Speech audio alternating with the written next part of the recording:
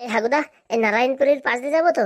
হ্যাঁ হ্যাঁ, নারায়ণপুরের পাশ দিয়ে এই চম্পাখালি যাওয়া যায়, চল। বলছি কি, এরকম একটা স্কুটি বৌদির কিনে দিলে হয় না? হ্যাঁ হ্যাঁ দিবানি, আগে চল, আমার জানুর কাছে চল, না দেখতে পারি আমার ভালো লাগছে না।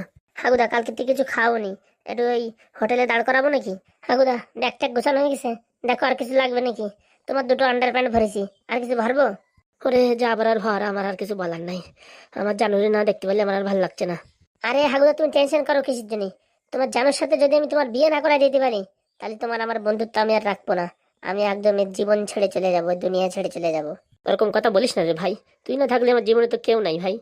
আরে বৌদি তো বাড়ি গেছে, কোনো সমস্যা হয়েছে, সেখানে গিয়ে সমাধান করে দিলেই তো হয়ে গেল।